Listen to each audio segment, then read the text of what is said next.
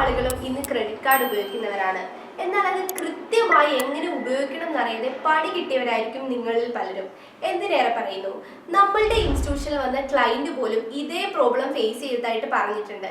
അതുമായി ബന്ധപ്പെട്ട് ഇന്ന് നമ്മൾക്ക് കുറച്ച് കാര്യങ്ങൾ നോക്കാം. ഒന്നാമത്തെ കാര്യം, ക്രെഡിറ്റ് കാർഡിലെ ലിമിറ്റ് എന്നതിലുപരി നമ്മളുടെ മന്ത്ലി ഇൻകവുമായി കമ്പയർ ചെയ്ത് മാത്രം ഉപയോഗിക്കുക. അതായത് ഓവർ സ്പെൻഡ് ചെയ്യരുത്.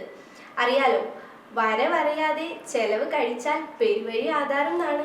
രണ്ടാമതായി ശ്രദ്ധിക്കേണ്ട കാര്യം, മിനിമം എമൗണ്ട് ഡ്യൂ അടച്ചു പോയാൽ ബാക്കി വരുന്ന എമൗണ്ടിന്റെ 50% ഇൻട്രസ്റ്റ് ആയിരിക്കും ഇയർലി പേയ്മെന്റ് വരിക.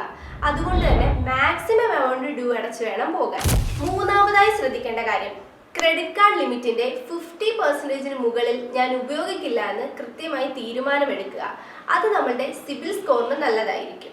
ഏറ്റവും ഇമ്പോർട്ടൻ്റ് ആയിട്ട് നമ്മൾ ശ്രദ്ധിക്കേണ്ട വേറൊരു കാര്യമാണ് റീപേയ്മെന്റ്. എല്ലാ മാസവും കൃത്യമായി റീപേയ്മെന്റ് ചെയ്തു പോവുക.